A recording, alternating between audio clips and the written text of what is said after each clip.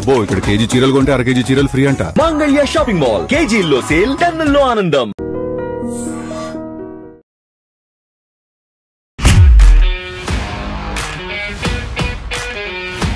నమస్తే, నేను Kavitha. Welcome to I dream money matters with Anil AKV. Simplifying money, one episode at a time. ఇప్పుడు మనం ఒక సీరియస్ ఇష్యూ గురించి మాట్లాడుకోబోతున్నాం. ఇప్పటిదాకా మనీ మ్యాటర్స్ విత్ అనిల్ ఏకేవిలో స్టాక్ మార్కెట్ల గురించి మాట్లాడుకున్నాము, షేర్లు, ఇన్వెస్ట్మెంట్లు, వీటన్నిటి గురించి మాట్లాడుకున్న తర్వాత హైదరాబాద్లో సిగాచి ఇండస్ట్రీస్లో అగ్ని ప్రమాదం జరిగింది. అఫీషియల్గా 40 మంది చనిపోయారు అని తెలుస్తోంది. బట్ దీనికి ముందు, దాని తర్వాత జరిగినటువంటి పరిణామాలు ఎలా ఉన్నాయి, పర్టికులర్గా తీసుకోవాల్సినటువంటి జాగ్రత్తలు ఏంటి? స్టాక్ మార్కెట్ అయితే కూలిపోయిందని చెప్తున్నారు, సిగాచికి సంబంధించి పడిపోయాయి. ఓవరాల్గా ఇంపాక్ట్ ఎలా ఉండబోతోంది అండ్ డెసిషన్స్ ఎలా తీసుకోవాలి? మనతో పాటుగా అనిల్ ఏకేవి ఉన్నారు. అనిల్ గారు నమస్కారం. సో ఇప్పటిదాకా మనం అన్ని మనీ రిలేటెడ్ ఇష్యూస్ గురించి మాట్లాడుకున్నాం, ఫైనాన్షియల్ మ్యాటర్స్, ప్లానింగ్ గురించి మాట్లాడుకున్నాం. ఎందుకని మనం ఇప్పుడు సిగాచి గురించి మాట్లాడొచ్చు? దేనికోసం? సిగాచిని మనం 2 రకాలుగా చూడాలి. ఒకటి, ఇది తెలంగాణ భోపాల్ గ్యాస్ దుర్ఘటన లాంటిది. ఇది ఓకే, తెలంగాణలో ఇంతవరకు ఈ స్థాయిలో కాలేదు, దుర్ఘటన జరగలేదు. దాదాపు మీకు 50 మంది మృతి చెందడము, 45-50 చనిపోయి ఉంటారు పాటికి. ప్లస్ అంతే ఈక్వల్గా క్షతగాత్రులు ఉన్నారు, కొంతమంది వెంటిలేటర్ మీద ఉన్నారు అని చెప్పేసి అంటున్నారు. We don't know the exact mortality, ఇంతవరకు జరిగిన డెత్ టోల్ గురించి తెలియదు. But it's a very big విజిబులర్ for the entire Indian chemical industry. పూర్తిగా టోటల్ కెమికల్ రియాక్టర్స్ రన్ చేసే ఇండియాలోని major companies, minor companies, mid cap companies, small cap companies, అన్ని companies కూడా ఎస్పెషల్లీ జనవాసాల్లో ఉండే సంస్థలకు ఇది ఒక పెద్ద విజిల్ బ్లోయర్. మీరు అన్నట్టు స్టాక్ మార్కెట్ కూడా ఇది పెద్ద whistle blower. I think this people have return letter to SEBI కూడా ఉత్తరం రాసిట్టున్నారు మార్కెట్స్ కు, that they are going to shut down their company for some time అని. 90 days మేము క్లోజ్ చేస్తున్నాం, ప్లాంట్ షట్ డౌన్ చేస్తున్నామని చెప్పి అంటే ఆటోమేటిక్గా మీకు ఈ పాటికి స్టాక్ కూడా 35-40% కరెక్ట్ అయి ఉంటుంది. అండ్ వాళ్ళు ఇచ్చే కాంపన్సేషన్, అంటే బాధితులకు ఇచ్చే కాంపన్సేషన్, ఇవన్నీ కూడా మీకు స్టాక్ ప్రైస్లో వచ్చేప్పటికీ వాళ్ళ డెఫినెట్గా వాళ్ళ ప్రాఫిటబిలిటీ కానివ్వండి, వాళ్ళ రెవెన్యూ పడిపోయి ఉంటుంది, వాళ్ళ టాప్ లైన్ బాటమ్ లైన్ అంటాం, వాళ్ళ ఎబిటా అవన్నీ పడిపోయి ఉంటుంది, అల్లకల్లో ఉంటుంది. మొత్తం వాళ్ళ బ్యాలెన్స్ షీట్స్ అన్ని కూడా పూర్తి స్థాయిలో ధ్వంసం అయి ఉంటాయి ఈ పాటికి. We don't no next quarter, వచ్చే క్వార్టర్ ఎంత టైం పడుతుందో కోలుకోవడానికి మనకు తెలియదు.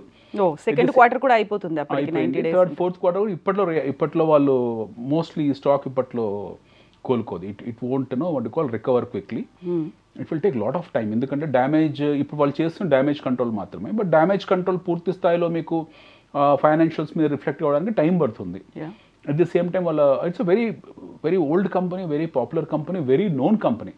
కొత్త సంస్థలు అలా పేలిపోతే పెద్ద ఇష్యూ ఉండేది కాదు. బట్ ఆల్రెడీ ఎస్టాబ్లిష్ అయిన కంపెనీ, ఎప్పటి నుంచో ఉన్న కంపెనీ కాబట్టి కొంచెం దర్యాప్తులో సీరియస్ అని చేస్తారు. Almost 40-year-old company, it's very old company, జనవాసాల్లో ఉన్న సంస్థ. Okay, there are 4-5 issues which will erupt now. కొన్ని 4-5 ఇష్యూస్ వస్తాయి. ఒకటి, పటంచెరువు, రామచంద్రాపురం, లేకపోతే అటువైపున జీడిమెట్ల ఈ ఇండస్ట్రియల్ జోన్ని షిఫ్ట్ చేయాల్సిన ఆవశ్యకత గురించి ఇప్పుడు డెఫినెట్గా క్వశ్చన్ చేయాల్సిన అవసరం వచ్చింది. ఎందుకంటే పూర్తి స్థాయిలో మీకు జనాలు ఇనాండేట్ అయిపోయారు అక్కడ, పూర్తి స్థాయిగా జనవాసాలు అయిపోయాయి. జనాల మధ్యలో మీకు ఇలాంటి టాక్సిక్ కెమికల్ కంపెనీస్ ఉన్నాయి. ఇందులో టాక్సిక్ గ్యాస్ ఎంత రిలీజ్ అయిందో మనకు తెలియదు. బట్ ఒకటి మనం గుర్తు చేసుకుందాం. లాంగ్ ఎగో చెర్నోబిల్లో, రష్యాలో మీకు న్యూక్లియర్ రియాక్టర్ పేలింది. తర్వాత పూర్తి స్థాయి గోస్ట్ టౌన్ అయిపోయింది. భోపాల్ గ్యాస్ దుర్ఘటన తర్వాత ఈ రోజు కూడా ఎన్నో తరాలు వికలాంగులుగా పుట్టారు. ఇప్పటికి కూడా చాలా మంది సఫర్ అవుతున్నారు. మీకు ఎన్నో కొన్ని లక్షల మందికి క్యాన్సర్ వచ్చింది అది. So I don't want to compare that with Sigachi with those kind of things. But it is definitely ఆ పర్టికులర్ ఏరియాకు ఇది చాలా తీవ్రమైన ప్రభావం చూపించే దుర్ఘటన. అప్పటికప్పుడు ప్రమాదం జరిగింది, బ్లాస్ట్ అయింది కాబట్టి అంతమంది చనిపోయారేమో. మీరేనా చెప్పినట్టుగా దానికి రిపర్కషన్స్ ఇయర్స్ టుగెదర్ కంటిన్యూ అవుతాయంటే? ఎస్, రిపర్కషన్స్ ఇయర్స్ టుగెదర్ ఉంటుంది. వాళ్ళ సేఫ్టీ నార్మ్స్ ఉంటుంది, వాళ్ళ ఎస్టాబ్లిష్మెంట్ మీద క్వశ్చన్స్ వస్తాయి. వాళ్ళ ఆర్డర్ బుక్ పైలప్ అయిపోయే ముందు డెఫినెట్గా వాళ్ళకి ఎవరైతే ఆర్డర్స్ ఇస్తారో లేదా ఫైనల్ ప్రోడక్ట్ బయటకు వెళ్తుందో 2 రకాలుగా ఉంటుంది. ఒకటి ఇన్పుట్ ఉంటుంది, ఒకటి అవుట్పుట్ ఉంటుంది. Input and output distribution mechanism అవుతుందో అది క్వశ్చన్లోకి వచ్చేసింది కదా. మీకు ఇప్పుడు కంపెనీ ఏదైనా సంజాయిషి ఇచ్చుకోవచ్చు, సెబీకి ఉత్తరం రాయొచ్చు, లేకపోతే ఎక్స్చేంజెస్కి ఉత్తరం రాయొచ్చు, ప్రజలకు ఉత్తరం రాయొచ్చు, ప్రభుత్వాలకు సంజాయిషి చేయొచ్చు. ఎండ్ ఆఫ్ ది నార్మ్స్, ఈ సేఫ్టీ నార్మ్స్ మెజర్ చేసే ఎస్టాబ్లిష్మెంట్స్ ఏవైతే ఉంటాయో, ఎస్పెషల్లీ రెగ్యులేటరీస్ ఎవరైతే ఉంటారో వాళ్ళు ఫైనల్గా వచ్చి ఒక రిపోర్ట్ ఇస్తారు. వాళ్ళని మ్యానిపులేట్ చేయడం కష్టం కాదు, ఒక రిపోర్ట్ ఉండదు, రకరకాల రిపోర్ట్స్ ఉంటాయి. ఇంకోటి లిస్టెడ్ కంపెనీ కాబట్టి మీకు డెఫినెట్గా foreign institutional investors, domestic institutional investors వాళ్ళు కూడా వాళ్ళు రిపోర్ట్ ఇస్తారు. అది చాలా జెన్యున్గా ఉంటుంది. And at the same time they whistle blow. వాళ్ళ ఫైనాన్షియల్స్ని దృష్టిలో పెట్టుకొని ఇచ్చే అవుట్పుట్ ఏదైతే ఉంటుందో అందులో మీకు చాలా చాలా రకాల విషయాలు బయటికి వస్తాయి. So it is whistle blow for entire Indian industry. అంటే ఎస్పెషల్ ఈ రంగం ఏదైతే ఉందో మీకు ఈ హెవీ కెమికల్స్ ఏవి తయారు చేసే కంపెనీస్ ఏవైతే ఉన్నాయో అవి జనవాసాల మధ్యలో ఉన్న హెవీ కెమికల్స్ కంపెనీస్కు అది విజిల్ బ్లో. రెండోది ప్రభుత్వాలకు హెచ్చరిక. ప్రభుత్వాలు తక్షణ 2 రకాల పనులు చేయాల్సి ఉంటుంది. ఒకటి ప్రజలను అక్కడి నుంచి తరలించడమా లేదా సంస్థల్ని తరలించడమా. పరిశ్రమలు తొలగించాలి. ఇప్పుడు ఐడియా బొల్లారం ఉంది ఫర్ ఎగ్జాంపుల్. ఐడియా బొల్లారం చుట్టుపక్కల మొత్తం హౌసింగ్ జోన్ అయిపోయింది. పటంచెరువు ఇండస్ట్రియల్ జోన్ హౌసింగ్ జోన్ అయిపోయింది. మీకు రామచంద్రపురం కంప్లీట్గా హౌసింగ్ జోన్ అయిపోయింది. సో ఇలాంటి హౌసింగ్ జోన్లో మీరు స్థానిక అధికారులు ఎవరైతే ఉన్నారో మున్సిపల్ శాఖలో లేదా డిటీసీపీ కానివ్వండి లేకపోతే హెచ్ఎండిఏ కానివ్వండి, మీరు ఇండ్లు కట్టుకోవడానికి ఎప్పుడైతే పర్మిషన్స్ ఇస్తున్నారో డెఫినెట్గా వీటిని కూడా దృష్టిలో పెట్టుకోవాలి, ఆ నామ్స్లో ఇంప్లై చేసుకోవాలి. ప్రభుత్వాలు అక్కడ ఇల్లు కట్టనివ్వకూడదు, అక్కడ జనాల్ని పంపించకూడదు. ఒకవేళ పంపించే ఉద్దేశం ఉంటే జనాల్ని అక్కడ ఉండాలి, నివాసయోగ్యమైన ప్రాంతం అని వాళ్ళు డిసైడ్ చేసినప్పుడు ఇండస్ట్రీస్ని బయటికి పంపించాలి. ఐదర్ ఆఫ్ దిస్ టూ, ఏదో ఒకటి జరగాలి అక్కడ. ఐదర్ ఆఫ్ దిస్ వన్, మీరు ఇండస్ట్రీ అక్కడి నుంచి బయటికి పంపించాలి లేదా జనాలైనా బయటికి పంపించాలి. But you cannot put people with toxic emission companies together. మీరు పులిబోన్లో మనుషుల్ని పెట్టినట్టే. అది ఇప్పుడు నిన్న జరిగింది. టాక్సిక్ గ్యాసెస్ ఏం రిలీజ్ కాలేదు అంటున్నారు. Gas is a gas. అది టాక్సికా నాన్ టాక్సికా పక్కన పెట్టండి. ఆ టైంలో ఎవరైతే ఇన్హేల్ చేసుకుంటారో డెఫినెట్గా వాళ్ళు ఎఫెక్ట్ అయి ఉంటారు. ఇది చనిపోయిన చాలా మంది కూడా ఇన్హేలింగ్ ఇష్యూస్ కూడా చాలా మందికి ఉన్నాయి. అక్కడ వాళ్ళు ఒక్కరే కాదు కదా, సంస్థలు పనిచేసే ఉద్యోగులే కాదు కదా, ఆ చుట్టుపక్కల వెళ్ళేవాళ్ళు, ఆ ప్రాంతంలో ఉండేవాళ్ళు. అది ఎన్ని స్క్వేర్ కిలోమీటర్స్ ఎన్ని మీటర్స్ స్ప్రెడ్ అవుతుందో తెలియదు. ఎగ్జాక్ట్లీ 2 కిలోమీటర్స్ ట్రెమాస్ అయితే కనిపించాయన్నారు. ఆ తర్వాత అక్కడికి కవరేజ్కి వెళ్ళొచ్చిన వాళ్ళకి కూడా థ్రోట్ ఇన్ఫెక్షన్లు, వాయిస్ పోవడం ఇలాంటివి కూడా. ఎగ్జాక్ట్లీ, నేను కూడా పర్సనల్ కొంతమంది అడిగాను ఆ చుట్టుపక్కల అంటే ఆ ఏరియాలో తిరిగిన వాళ్ళని. వాళ్ళు డెఫినెట్గా వాళ్ళ కళ్ళు మండడాలు, థ్రోట్ ఇన్ఫెక్షన్స్ మీరు అన్నట్టు జలుబు చేయడం లాంటిది, కొంతమంది బాడీ పెయిన్స్, కొంతమంది ఫీవర్, ఇలాంటి అవుట్ ఆఫ్ అకాడమిక్ ఇంట్రెస్ట్ చాలామంది ఎఫెక్ట్ అయ్యారు. సో దీని ఎఫెక్ట్ ఉంటుంది. అది స్ప్రెడ్ అయిపోయి ఇవాపరేట్ అయిపోయినా సరే గాల్లో దాని ఎఫెక్ట్ ఉంటుంది. ఎందుకంటే దిస్ ఆహారాలను ఒక కెమికల్ని మీరు రియాక్టర్లో పెట్టారు అని అంటే అర్థం ఏంటి? Why are trying to keep a chemical in reactor to create certain what you call product and output. Definitely it has got lot of toxic and poisonous effects. So ఇలాంటి సంస్థలు ఏంటంటే ఇప్పుడు ఇలాంటిది మనకు ఇక్కడ పెద్ద మీడియా కవరేజ్ రాలేదు దురదృష్టవశాత్తు. ఎందుకంటే చనిపోయిన వాళ్ళలో తెలుగు వాళ్ళు లేరు, అండ్ చనిపోయిన వాళ్ళలో ఎక్కువ ప్రముఖులు లేరు కాబట్టి దురదృష్టవశాత్తు అది మీడియాలో రాలేదు. మీడియాలో రావాలి. ఇది ప్రజా సంఘాలు కానివ్వండి, ప్రభుత్వాలు కానివ్వండి, ప్రతిపక్షాలు కానివ్వండి, విపక్షాలు కానివ్వండి, ప్రజలు కానివ్వండి, సోషల్ మీడియా కానివ్వండి, ఎవరైనా కానివ్వండి దీని గురించి గలమెత్తాల్సిన అవసరం ఉంటుంది. ఎందుకంటే మనం బాధితులుగా మనం లేముగా, మన కుటుంబాలు లేవు కాబట్టి మనం సైలెంట్గా ఉండడం భావ్యం కాదు. అది ప్రశ్నించడం మన ధర్మం, మన హక్కు అది. సో ఇలాంటి ఎస్పెషల్లీ ది టాక్సిక్ ఇన్ఫ్యూషన్ ఉన్న కంపెనీస్ ఏవైతే ఉంటాయో ఇవి జనవాసాల్లో ఉండకూడదు. Which means you are keeping a Bhopal gas in the heart of the city. Okay, అది అక్కడి వరకు పరిమితం కాదు. రేపు పొద్దున ఎక్కువ స్థాయిలో పేలుడు జరుగున్న అది చుట్టుపక్కల మిగతా సంస్థలకు, మిగతా కంపెనీస్కు, మిగతా వాటికి ఎఫెక్ట్ అయ్యి ఉండి ఇంకేదన్నా తీవ్రమైన ఉత్పాదన జరిగినా సరే చాలా ఎక్కువ శాతం జరిగి ఉండేది. మరణం డైరెక్ట్గా రాకపోవచ్చు, ఆ క్షణంలో 50 మంది చనిపోవచ్చు. కాకపోతే దాని ఎఫెక్ట్ ఇంకో 500 మందికో, 1000 మందికో, 10,000 మందికో క్యాన్సర్ రూపంగానో లేకపోతే లంగ్స్ రూపంగానో ఎఫెక్ట్ అవుతుంది ఖచ్చితంగా. So government has to take a serious call now. ప్రభుత్వం ఇప్పుడు కాల్ తీసుకోవాలి.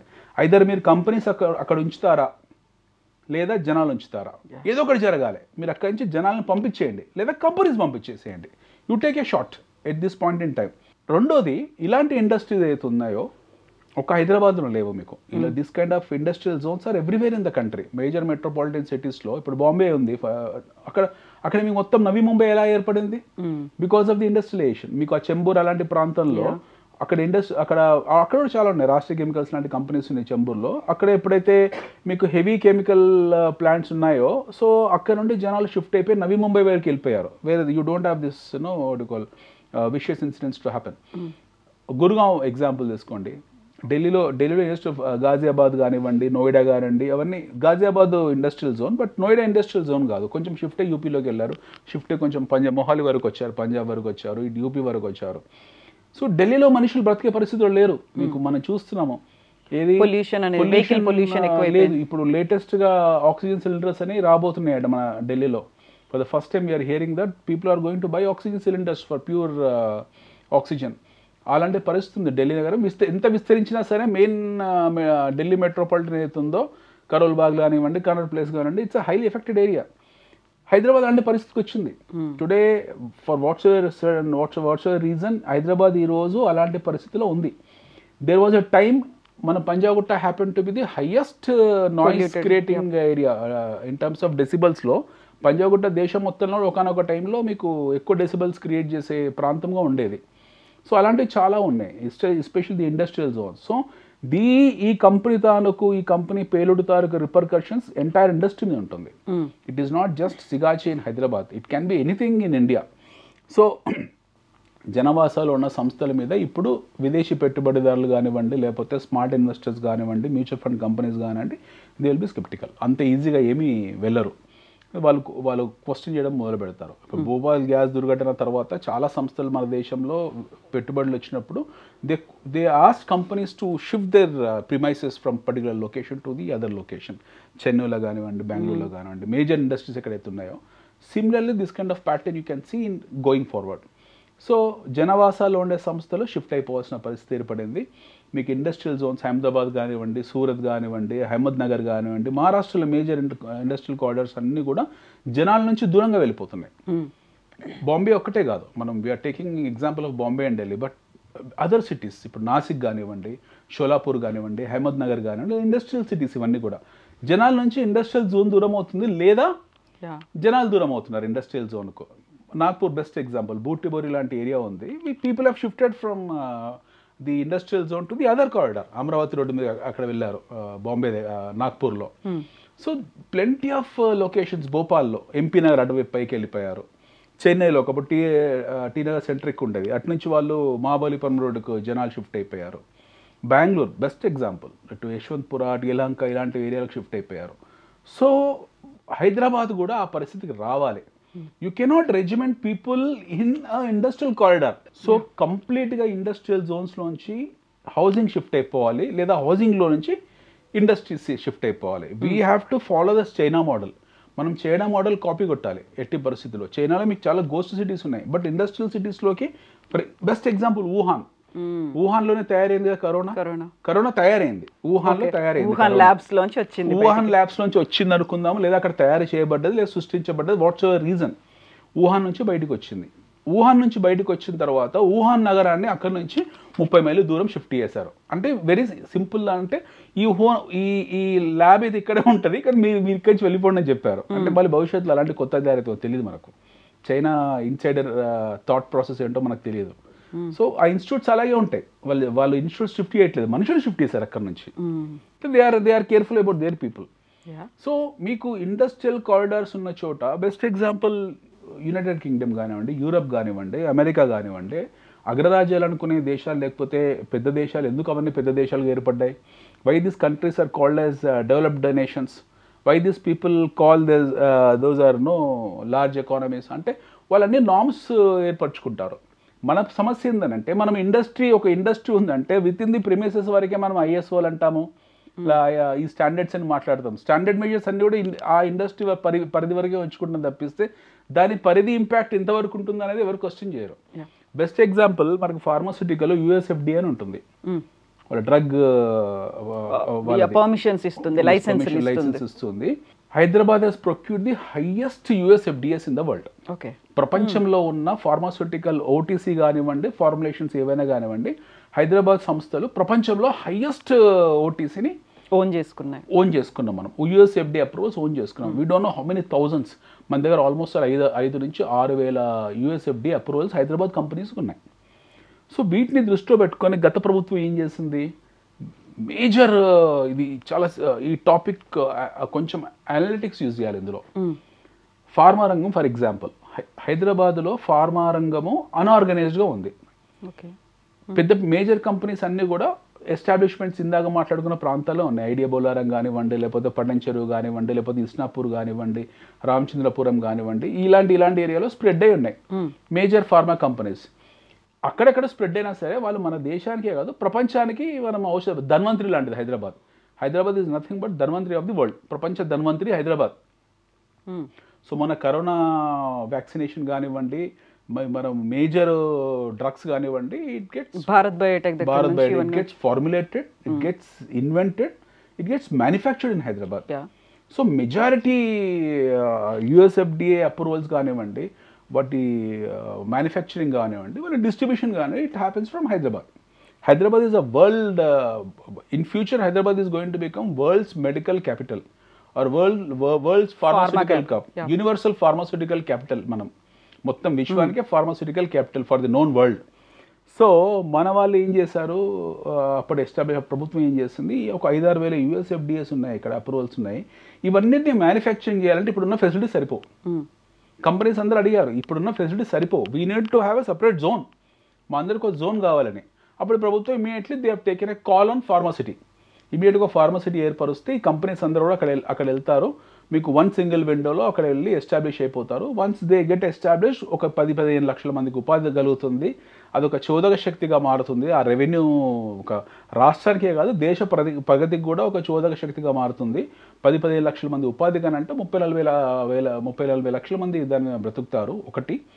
రెండోది, మీకు ఇంకా ఎక్కువ క్లీన్ ఎన్విరాన్మెంట్, ఎమిషన్ కానివ్వండి, లేకపోతే ఎన్విరాన్మెంట్ కానివ్వండి, లేకపోతే ఎకాలజీ కానివ్వండి, 3E's అంటాం, ఎమిషన్, ఎకాలజీ అండ్ ఎన్విరాన్మెంట్. ఈ మూడింటికి ప్రమాదం లేకుండా ఒక సెటప్లో మీకు ఒక అద్భుతమైన ఫార్మసిటీ తయారు చేయొచ్చు. దానికన్నా ముఖ్యంగా ఏంటంటే, ఒక విద్యార్థి అందులోకి వెళ్ళాడంటే, నేను ఫార్మా ఇండస్ట్రీలో వెళ్ళాలనుకున్నానంటే, వాడు కాలేజ్ అక్కడ ఇండస్ట్రీ ఉంటుంది, యూనివర్సిటీస్ ఉంటాయి, అక్కడి నుంచి చదువుకుంటాడు, వాడికి అక్కడే ప్లేస్మెంట్ వస్తుంది, అక్కడే ఉంటాడు, అక్కడే రిటైర్ అవుతాడు. అంటే span of 30-40 years he will know what you call, he'll get educated, he'll get employed and he'll get married, yes, he'll get retired. BHలో విద్యార్థి వెళ్ళిన వాళ్ళు రిటైర్ బయటకు మన వాళ్ళతో వచ్చినట్టు.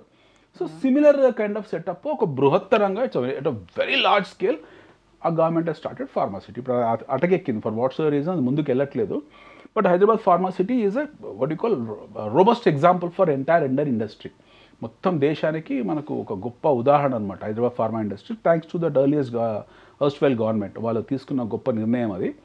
ప్రస్తుత ప్రభుత్వం కూడా ఫ్యూచర్ సిటీ ఇవన్నీ మాట్లాడుతున్నారు. యాక్చువల్గా గతంలో మనకు ముచ్చర్ల అనేది విన్నాము, ఆ తర్వాత లగచర్ల అనేది విన్నాము, ప్రొటెస్ట్లు అనేవి వచ్చాయి, ఆ తర్వాత దాన్ని మారుస్తున్నారు అని ఫార్మాసిటీ కాకుండా. 140 కోట్ల జనాభా అండి, వీఆర్ అట్ 140-150 crores పాపులేషన్. 140-150 కోట్ల జనాభా. ఓకే, అత్యంత జనసాంద్రత ఉన్న దేశం, నగరాలు మన ఎన్ని కూడా. హైదరాబాద్ జనసాంద్రత ఎంత తెలుసా madam? 18,000 per square kilometer. Bengaluru వచ్చి 8,000, హైదరాబాద్ 18,000. దేశంలో 3rd largest జనసాంద్రత per capital per square kilometre ఉన్న నగరం మనది. ఇక్కడ నుంచి ఇది ఇంకా మీకు 2-3 విస్తరించాలి, లేకపోతే ఈ అభివృద్ధి జరగదు. ఇందాక మనం అనుకున్న యూఎస్ఎఫ్డి అప్రూవల్స్ ఏవైతున్నాయో దాదాపు 5-6 వేల యూఎస్ఎఫ్డి అప్రూవల్స్ ఉన్నాయి.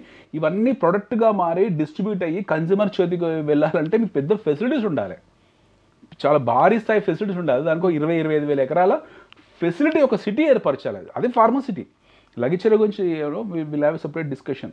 But when it comes to industrialisation ఇలా జరుగుతుంది. అప్పట్లో బిహెచ్ఎల్ పెట్టినప్పుడు అక్కడ ఉన్న రైతులు గగ్గోలు పెట్టిండ్రు. Okay, I'm not talking from Lagacherla perspective, but BHEL పెట్టినప్పుడు అప్పుడు అట్లే ఇష్యూస్ అయ్యాయి. ఏదో ఇండస్ట్రియల్ కార్డర్ ఎప్పుడు వచ్చిన సంతోషంలో డిఆర్డిఓ పెట్టినప్పుడు అలాగే జరిగింది, ఆర్ఈసీ పెట్టినప్పుడు అలాగే జరిగింది. So over a period of times అదుమనిపోతాయి అవన్నీ కూడా. But we have to create that environment where no what you call you will employ entire resources, లేకపోతే చాలా కష్టం, మనం ముందుకు వెళ్ళలేము. సో ఈ కెమికల్ ఇండస్ట్రీ కూడా సపరేట్ ఇండస్ట్రియల్ కార్డర్ పెట్టాల్సిన తరుణం ఆసన్నమైంది. You cannot make people to stay beside any kind of toxic emission oriented companies. ఇది చాలా dangerous alarming situation. Hyderabad Bhopal gas tragedy, as simple as that. Sigachi is nothing but Hyderabad Bhopal gas tragedy. దాన్ని దృష్టిలో పెట్టుకొని మనం కంపెనీని ప్రశ్నించట్లేదు, చాలా సీనియర్ మోస్ట్ కంపెనీ, 40 ఏళ్ళ track record ఉన్న కంపెనీ. బట్ పొరపాటు జరిగింది. పొరపాటు జరిగినప్పుడు అందులో ఉన్న మోర్టాలిటీ జరిగింది, దురదృష్టవశాత్తు జరిగిన వాళ్ళందరికీ నష్టపరిహారం కంపెనీ పెద్ద మనసుతో ఇస్తుంది. మనం కూడా సానుభూతి వ్యక్తపరిచాం, మనం చేయగలిగి మనం చేస్తాము, సామాన్య ప్రజలుగా ప్రభుత్వాలు కూడా. బట్ ఈ ఎమిషన్సే ఏమంటారు ఎక్సెస్గా బయటికి వెళ్ళిందని అంటే చుట్టుపక్కల ప్రజలకు ఇబ్బంది అవుతుంది. So it is very alarming now. ఇలాంటి ఇన్సిడెంట్స్ జరగకూడదు. ఇలాంటి ఇన్సిడెంట్స్ జరిగాయి అనుకోండి ఎంటైర్ అక్కడ జనాలకి షిఫ్ట్ అయిపోతారు, ఇన్వాలంటరీగా వెళ్ళిపోతారు వాళ్ళందరూ కూడా. సో ప్రభుత్వాలు they have to create new cities like pharma city లాగా. ఇప్పుడు మీకు ఒక హైదరాబాద్కు అర్జెంటుగా ఒక ఇండస్ట్రియల్ కారిడార్ అవసరం. నాకు బాలానగర్ ఇండస్ట్రియల్ కారిడార్ అని ఉంది, అది ముందుకు పోవట్లేదు. ఇలాంటి మన దగ్గర ఎస్సీజెడ్లు చాలా ఉన్నాయి, స్పెషల్ ఎకనామిక్ జోన్స్ చాలా ఏర్పరిచారు, బట్ అవి యాక్టివేట్ కావట్లేదు దురదృష్టవశాత్తు. అది యాక్టివేట్ కావాలంటే ఇనిషియేటివ్ తీసుకోవాలి. గతంలో టీహబ్లో చాలా ఇనిషియేటివ్స్ జరిగేవి. గతంలో what you call plenty of initiatives of happen. అలాంటి ఇనిషియేటివ్స్ ఇప్పుడు జరుగుతున్నాయి అనుకుంటా, బట్ ఇంకొంచెం గట్టిగా జరగాలి. ఎందుకంటే 1 కోటి మంది చేరబోతారు హైదరాబాద్లో. మీకు వచ్చే 6 నుంచి 7 సంవత్సరాల్లో 6 to 7 years స్పాన్, ఎక్కువ టైం కూడా పట్టదు. 6 to 7 yearsలో మీకు 1 కోటి మంది జనాలు హైదరాబాద్లో చేరుతారు. This city will expand another 50 kilometers 55 kilometers from here on. ఈ రీజనల్ రింగ్ రోడ్ సరిపోదు మీకు వచ్చే 4-5 ఏళ్లలో. అది దాటి ఇంకో 50 kilometers ముందుకు పోవాలి, అది దాటి వెళ్ళిపోవాలి. It will go beyond Jadcherla, అది దాటేసి ముందుకు వెళ్ళిపోతుంది. ఇవన్నీ చాలా మేజర్ హబ్స్ కింద మారుతాయి. సో ఇప్పుడు ఇన్ని ఉన్నాయి, మీరు చెప్పినట్టుగా సిగాచి అంతర్జాతీయ ప్రమాణాలు ఉన్నాయి, అంతర్జాతీయంగా గుర్తింపు ఇవన్నీ ఉన్నాయి అనుకున్నప్పుడు దానికి కావాల్సినటువంటి ఫెసిలిటీస్ ఉన్నాయి, ఎట్ ద సేమ్ టైం గుర్తింపులు వచ్చాయి. ఇవన్నీ అయిన తర్వాత చేసినటువంటి ఒక నిర్లక్ష్యం అంటారా? దాన్ని ఎలా చూస్తారు? ఇంతమంది ప్రాణాలు పోయాయి, అది స్టాక్ మార్కెట్ మీద ఎఫెక్ట్ పడింది. 90 days పాటు మేము క్లోజ్ చేస్తున్నామని చెప్పారు. సో స్టాక్ మార్కెట్ కూడా వాళ్ళు రిప్లై చేశారు, లెటర్ రాశారు. ఆ తర్వాత ఇన్వెస్ట్మెంట్స్ ఇవన్నీ ఎలా ఇంపాక్ట్ చూపిస్తుంది అంటారు? Definitely company as a stock ఇప్పట్లో కోలుకోదు. Let's forget about it. Stock will not recover at this point in time. మర్చిపోవాలి. ఇప్పట్లో అది జరిగిన లాస్ 30-40%, యాజ్ ఆఫ్ నో ఒక 40% ప్రైస్ ఎరోషన్ జరిగి ఉంటుంది, ప్రైస్ డిస్ట్రక్షన్ జరిగి ఉంటుంది. ఇంకెంత జరుగుతుందో తెలియదు. బట్ యాక్చువల్ డ్యామేజ్ అవుతుందో మీకు బుక్స్లో ఆఫ్టర్ క్వార్టర్లీ రిజల్ట్స్ తర్వాత వస్తాయి. ఇప్పుడు ఈ 90 days వరకు వాళ్ళు మూసేస్తున్నారంటే ఈ 90 days అంటే వచ్చే 3 నెలలు మీకు ఏ యాక్టివిటీ జరగదు. Production from Hyderabad. ఎస్. ఆ తర్వాత మీకు యాక్టివిటీ జరిగినప్పుడు డ్యామేజ్ కంట్రోల్లో ఉంటుంది పూర్తి. అదొక సంవత్సరం పాటు పడుతుంది. ఆ తర్వాత వాళ్ళు నార్మలైజ్ చేసుకుంటారు. ఇట్స్ లాంగ్ హాల్ ప్రాసెస్, ఒక్కరోజు అయ్యేది కాదు. Let's forget Sigachi stock for a while, but it has given an indicator to entire industry. మన క్వశ్చన్ ఏంటంటే how it has indicated to the entire industry. So similar kind of companies, similar kind of operations ఎవరైతే run చేస్తున్నారో వాళ్ళందరికీ alarming bell. ఎవరికి వాళ్ళు ఇప్పుడు వాళ్ళ safety measures check చేసుకోవాల్సిన తరుణం ఆసనమైంది. ఇప్పుడు 40 వాళ్ళు ఏ కంపెనీ కూడా కావాలనుకోనో లేకపోతే నిర్లక్ష్యంతోనో చెయ్యరు. There could be plenty of reasons for it. మొన్న అహ్మదాబాద్లో నా విమానం కూలిపోయింది. ఎవరి థియరీ వాళ్ళకు ఉంది. సీట్ బెల్ట్ సరిగ్గా పెట్టుకోలేదు. నిన్న కొత్త థియరీ వచ్చింది, సీట్ బెల్ట్ సరిగ్గా పెట్టుకోలేదు అని. ఫ్లైట్లో సీట్ బెల్ట్ పెట్టుకోకపోవడం లేకపోతే అసలు ఫ్లైట్ టేక్ ఆఫ్ కాదు, అది silly theory. But there are black box, ఏం జరిగిందో మనకు తెలియదు, ఇంకా బయటికి రాలేదు. సో ఇవన్నీ కూడా ఎలా ఉంటాయంటే ఈ టెక్నికల్ ఇష్యూస్, ఇవన్నీ కూడా ఎవరు కావాలనుకొని చేసింది కాదు అది. సో ఈ టెక్నికల్ ఇష్యూస్ వీటి గురించి అనాలిసిస్లో బయటికి రావడం చాలా టైం పడుతుంది. ఇప్పుడు మనం అహ్మదాబాద్ విమానం గురించి మర్చిపోయే జనాలు సిగాచి గురించి 2 రోజుల్లో మర్చిపోతారు. కానీ అలా ప్రాణం కోల్పోయిన వాళ్ళు క్షతగాత్రులకు వాళ్ళకి లాస్ కాంపెన్సేట్ జరగదు. రెండోది ఇండస్ట్రీ, ఎంతోమందికి అన్నం పెట్టిన industry. Sigachi is a big company which has feeded thousands of families. ఎన్నో వేల కుటుంబాలకు అన్నం పెట్టిన అన్నపూర్ణ లాంటిది అది. Okay, as a company it has got damaged. Company reputation damage అయింది. టెక్నికల్గా ఫెయిల్ అయిపోయింది కదా. టెక్నికల్గా కంపెనీ ఎప్పుడైతే ఫెయిల్ అయిపోతుందో డెఫినెట్గా కంపెనీ మీద క్వశ్చన్స్ రేజ్ అవుతాయి. ఎందుకు ఇలా జరిగాయి అని. సిమిలర్ కైండ్ ఆఫ్ కంపెనీస్ ఏవైతున్నాయి అదే ఇండస్ట్రీలో వాళ్ళని కూడా క్వశ్చన్ చేయడం మొదలు పెడతారు. ఎగ్జాక్ట్లీ ఇదే ఆపరేషన్ సింధూర్ జరిగింది. అప్పుడు డిఫెన్స్ సెక్టార్లో ఉన్నటువంటి కంపెనీల షేర్లు విపరీతంగా పెరిగాయని విన్నాం. అహ్మదాబాద్ క్రాష్ తర్వాత కొన్ని ఫ్లక్చువేషన్స్ కనిపించాయి ఆ ఇండస్ట్రీకి చెందిన దాంట్లో. ఇప్పుడు కేవలం సిగాచి స్టాక్స్ మీదే ఎఫెక్ట్ పడుతుందా? ఈ ఫార్మా ఇండస్ట్రీకి సంబంధించినటువంటి అదర్ కంపెనీ ఫార్మా కాదు, ఇది కెమికల్ ఇండస్ట్రీ కింద వస్తుంది. ఓకే, ఫార్మా కాదు. ఫార్మా జరుగుంటే ఫార్ములా ఫార్ములేషన్స్ వేరే రకంగా ఉంటాయి, ఫార్ములా టెక్నికాలిటీస్ వేరే ఉంటాయి. సిగాచి ఇంపాక్ట్ పడలేదు యాక్చువల్గా మార్కెట్ మీద. మిగతా దాని పీర్ గ్రూప్ మీద పెద్ద ఇంపాక్ట్ చూపించే ఏం కనపడలేదు, బట్ పడుతుంది. It will. ఎందుకంటే people are waiting, especially research teams ఏవైతే ఉంటాయో అంటే ఫండ్ మేనేజర్స్ ఎవరైతే ఉంటారో వాళ్ళు కంప్లీట్ అనాలిసిస్ తీసుకోవడానికి వాళ్ళకి సర్టన్ పారామీటర్స్ ఉంటాయి. ఆ పారామీటర్స్లో వీళ్ళు ఎక్కడ మిస్ అయ్యారు, ఎక్కడ మిస్సెస్ జరిగాయని వాళ్ళు తెలుసుకుంటారు. తెలుసుకున్న తర్వాత వాళ్ళు విజిల్ బ్లో చేస్తారు. అప్పుడు మీకు ఇండస్ట్రీ మీద ఎవరు వాళ్ళు ఓవరాల్ చేసుకోవాలి. సేఫ్టీ నార్మ్స్ లేని కంపెనీస్ ఏవైతే ఉంటాయో డెఫినెట్గా వాటి గురించి మీకు ఇన్ఫర్మేషన్ బయటకు వస్తుంది. మార్కెట్ ఆటోమేటిక్గా ఆ ప్రైసెస్ పడుకుంటూ పోతాయి. There are plenty of companies which were crash like that. పెద్ద పెద్ద కంపెనీస్, దిస్ ఈజ్ నథింగ్, ఇది Sigachi is nothing. There are big companies, big time companies got collapsed మన దేశంలో. ఓకే, ఇప్పుడు యూనియన్ కార్బైడ్ లాంటి కంపెనీ అది కోలుకోవడానికి దాదాపు 15-20 సంవత్సరాలు పట్టింది. భోపాల్ గ్యాస్ దుర్ఘటన సంబంధించిన కంపెనీ ఏవైతే ఉన్నాయో. మీరు ఆపరేషన్ సింధూర్లో ఎయిర్లైన్ స్టాక్స్ పడలేదు, ఎందుకంటే ఎయిర్లైన్ స్టాక్ బోయింగ్ పడింది. బట్ మన ఇండియాలో వచ్చేప్పటికి ఎయిర్లైన్ కంపెనీస్ లేవు కదా మీకు. అక్కడ Lockheed Martin, Boeing, Airbus ఇలాంటి companies they are following 10-12% correct అయ్యాయి. అది మన దగ్గరే కాదు, విదేశాల్లో కూడా జరిగింది అలాంటి పడిపోవడం. పేరెంట్ కంపెనీ ఎవరైతే ఉంటారో, మదర్ కంపెనీ ఎవరైతే ఉంటారో వాళ్ళకి ఎఫెక్ట్ అవుతుంది, ఎయిర్లైన్స్కి ఎఫెక్ట్ కాదు.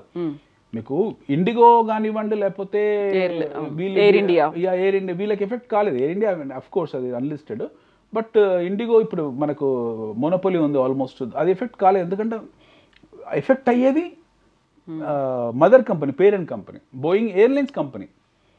ప్యాసింజర్ కంపెనీస్కి ఏం కాదు, ఎందుకంటే వీళ్ళు మ్యానుఫ్యాక్చర్ చేయరు కదా. మ్యానుఫ్యాక్చరింగ్ చేసేది ఎయిర్ బస్, బోయింగ్ ఇలాంటి పడ్డాయి. అవి 10-12% పడిపోయాయి స్టాక్స్ అవన్నీ కూడా. సో డెఫినెట్గా ఆ పర్టికులర్ ప్రొడక్ట్ మీద అనుమానాలు రేజ్ అయ్యాయి. 737 బోయింగ్ 737 మీద చాలామంది అనుమానాలు వ్యక్తపరచడం మొదలుపెట్టారు. దాని తర్వాత ఎన్నో న్యూస్లు బయటకు వచ్చాయి. ఈ దేశంలో సరిగ్గా టేక్ ఆఫ్ కాలేదు, ఆ దేశంలో టర్బులెన్స్ వచ్చింది, ఇక్కడ దాన్ని షాఫ్ట్లు పని చేయట్లేదని చాలామంది ఒక వారం రోజులు హడావిడి జరిగింది ప్రపంచవ్యాప్తంగా, స్టాక్ టర్బులెంట్ అయింది. సో ఇలాంటివి ఇప్పుడు జరుగుతాయి. కెమికల్ సెక్టార్లో మీకు ఇలాంటి ఇష్యూస్ వస్తాయి. రేపు పొద్దున ఎక్కడ గ్యాస్ లీక్ అయినా సరే అది పేలిపోతుంది అనే న్యూస్ వస్తాయి. ఎందుకంటే ఆ ప్యానిక్ అనేది ఉంటుంది మార్కెట్లో. లాస్ట్ 4 days నుంచి ఈ కంపెనీ తాలూకు స్టాక్ ఏదైతుందో అది that is been sold, lower circuit కొట్టుకుంటూ వెళ్ళిపోతుంది. బట్ దీని రిపర్కేషన్స్ ఎలా ఉంటాయి అనేది ఒక పీరియడ్ ఆఫ్ టైం. ఇది ఒక్కటి ఈ ఇండస్ట్రీకే ఎఫెక్ట్ పడదు, ఈ ఒక సగాచికే ఉండదు ఎఫెక్ట్. దాని తాలూకు ఇంటర్ రిలేటెడ్ కంపెనీస్ ఏవైతే ఉన్నాయో, అంటే వాళ్ళ ప్రొడక్ట్ మీద డిపెండ్ అయిన కంపెనీస్ ఎవరైతే ఉన్నారో, వీళ్ళు డిపెండ్ అయిన సప్లయర్స్ ఎవరైతే ఉంటారో వాళ్ళందరూ ఎఫెక్ట్ అవుతారు. వాళ్ళు లిస్టెడ్ కంపెనీస్ అయ్యి ఉంటే definitely they will get affected very seriously. Operation Sindoor తర్వాత మీరన్న డిఫెన్స్ కంపెనీస్ మనం ఆ రోజు కూడా మనం డిస్కస్ చేసాము జనవరి ఫిబ్రవరిలో. అప్పటి నుంచి ఇప్పటికీ మీకు ఒక 30-35% ఇవన్నీ కూడా కంపెనీస్ పెరిగాయి. Indian defence is going to become what you call FMCG, fast moving consumer goods లాగా తయారయ్యాయి ఇప్పుడు ఇండియన్ డిఫెన్స్ సెక్టర్. యాక్చువల్గా మనం ఎఫ్ఎంసీజీ సెక్టర్ని డిఫెన్స్ సెక్టర్ అంటాం. స్టాక్ మార్కెట్లో చాలా విచిత్రంగా ఏంటంటే ఎఫ్ఎంసీజీ సెక్టర్ అంటే నిత్య రోజువారీ వస్తువులు, పేస్ట్లు, సబ్బులు, పౌడర్లు, క్రీములు ఏవైతే ఉంటాయో వీటిని we called as defence sector in capital market. Equity markets లో defence sector is called FMCG is called as defense sector. Okay. This is the fundamental. Equity మార్కెట్స్లో మార్కెట్స్ ఎప్పుడు పడ్డా సరే నిత్యావసర వస్తువులు, వినియోగదారుల వస్తువులు, వాళ్ళ కన్జంప్షన్ రిలేటెడ్ వస్తువులు పడవు అని చెప్పేసి మార్కెట్ ఇప్పుడు 1000 పాయింట్లు 2000 పాయింట్లు పడతాయో ఆటోమేటిక్గా హిందుస్థాన్ లివరు, విప్రోలు, ఐటీసీలు ఇవన్నీ స్టేబుల్గా ఉండి జనాలందరూ అందులో హైబర్నేట్ అవుతారు, అందులోకి వెళ్ళిపోతారు. ఇందులో ఇవి అమ్మేసుకొని ఆ స్టాక్స్ కొనుక్కుంటారు. Those are called defence stocks, ఎందుకంటే అవి రక్షణ కవచంలో పనిచేస్తే మీ క్యాపిటల్ కానీ. బట్ ఇప్పుడు స్టోరీ రివర్స్ అయింది. FMCG is not functioning for last what you call 2-3 years. మన దేశంలో లాస్ట్ 2-3 years నుంచి ఎఫ్ఎంసీజీ రిటర్న్స్ ఇవ్వట్లేదు. ఎందుకంటే ఆర్గనైజ్ సెక్టర్ కన్నా అనార్గనైజ్ సెక్టర్ చాలా పెద్ద ఛాలెంజెస్ వెళ్తుంది. It is not just organise sector. ఇదివరకు కొబ్బరి నూనె, హెయిర్ ఆయిల్ మనం ఏమనంటే మ్యారికో గిరికో అని పరిగెత్తేది. ఇప్పుడు గానుగ పట్టు దగ్గరికి వెళ్తున్నారు జనాలు. ఇంకా ప్లెంటీ ఆఫ్ అదర్ కంపెనీస్ వచ్చాయి, అవి లిస్టెడ్ కాదు. మీకు గుజరాత్ నుంచి కొన్ని 100 కంపెనీస్ వచ్చాయి ఒకటే ప్రోడక్ట్. ఎఫ్ఎంసీజీలో ఎదురికి బిస్కెట్లు, చాక్లెట్లు తినాలంటే మనం ఏదో 2 పర్టికులర్ కంపెనీస్, క్యాడ్బరీ ఉండేది, నెస్లే ఉండేది. ఇప్పుడు అట్లా కాదు కదా, కొన్ని 100 కంపెనీస్ వచ్చాయి. సో ఆ ఛాలెంజ్ వీళ్ళు ఫేస్ చేస్తున్నారు, కాంపిటేటివ్ ఛాలెంజ్ వీళ్ళు ఫేస్ చేస్తున్నారు.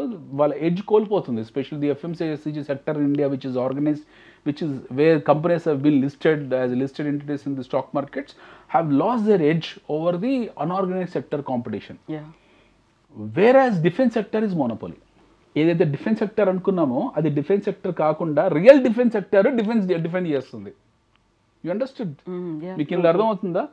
డిఫెన్స్ సెక్టర్ అనుకున్నది ఎఫ్ఎంసీజీని మనం డిఫెన్స్ సెక్టర్ అనుకునే వాళ్ళము, అది డిఫెన్స్ సెక్టర్ కాకుండా కంప్లీట్గా అది స్నేల్ సెక్టర్ అయిపోయింది. Where as real defence sector like defence industries have become defending the investors wealth.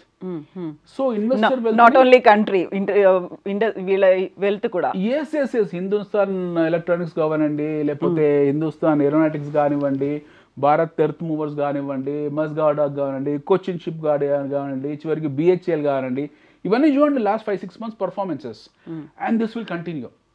ఎందుకంటే నిన్ననే మనము company or country is upgrading our weaponry.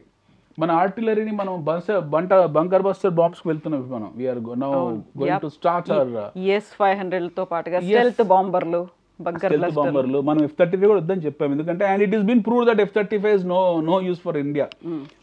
Britain వాళ్ళు F-35 వచ్చి కొచ్చిన్లో హాల్ట్ అయ్యి 15 రోజులు అయింది, దానికి దిక్కు దివానం లేదు, అది ఎగరట్లేదు, పేలట్లేదు అక్కడ నుంచి.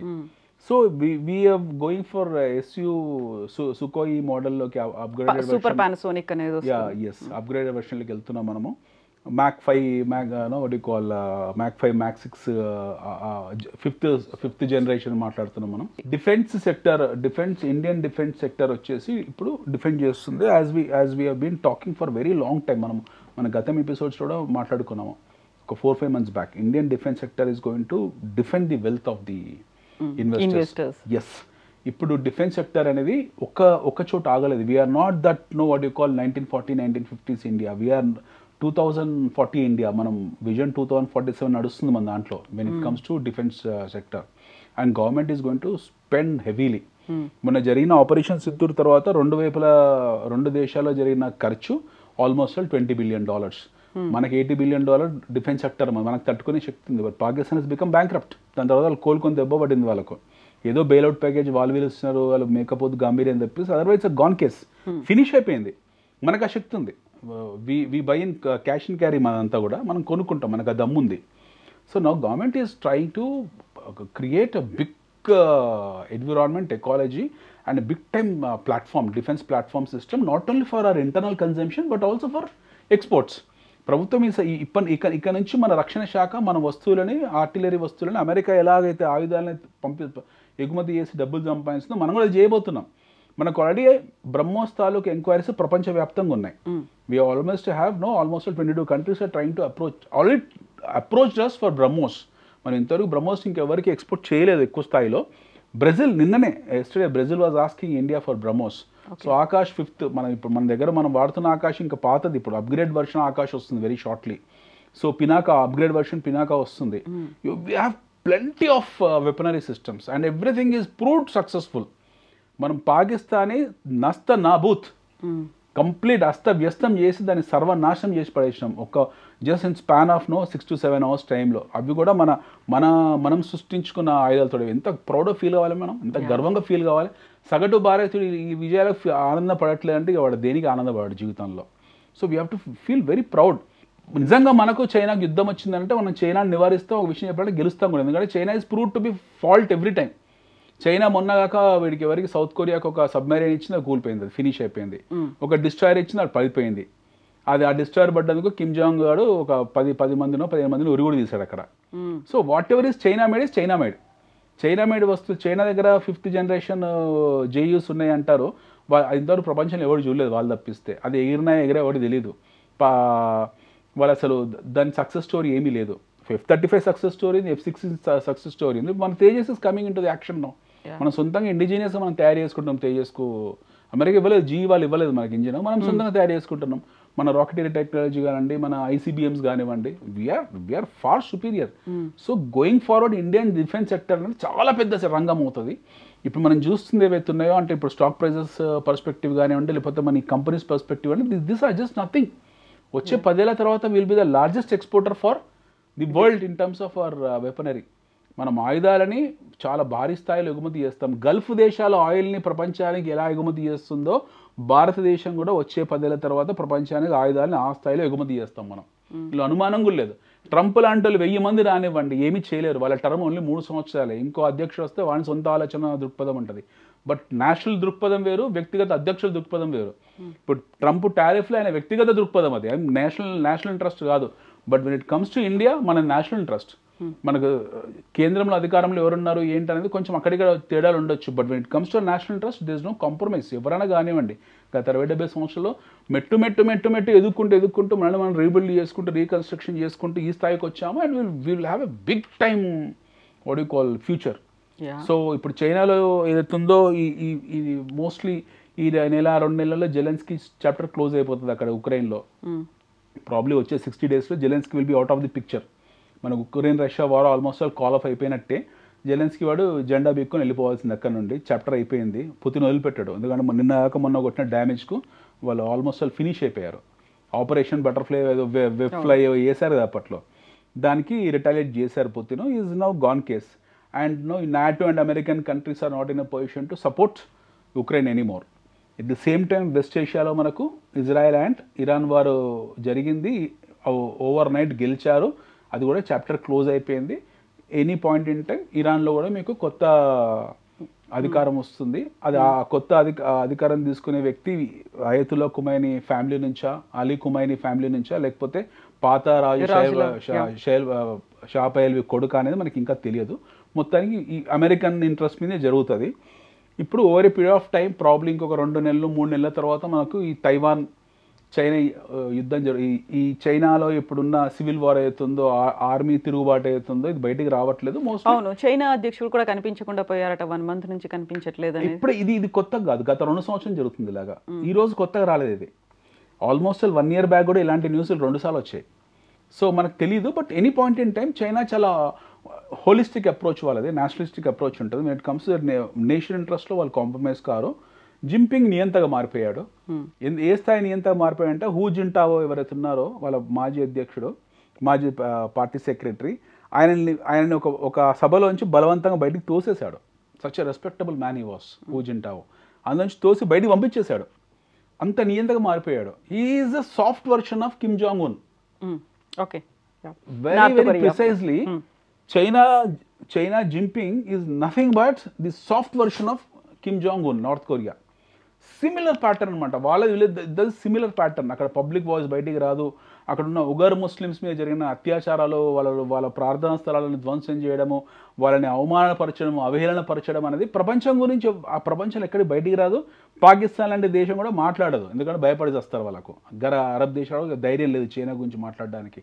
The get scary. India is easy target. ఇండియాలో చాలా ఈజీగా మాట్లాడవచ్చు. ఎందుకంటే మన దగ్గర చాలా మంది ఉంటారు కదా మేధావులు. ఇక్కడ we have lot of paid media, lot of intellectuals. కాబట్టి మన దగ్గర చాలా ఈజీగా మాట్లాడవచ్చు. But when it comes to China ఎవరు నోరు ఎత్తారు. ధైర్యం ఎవరికి లేదు.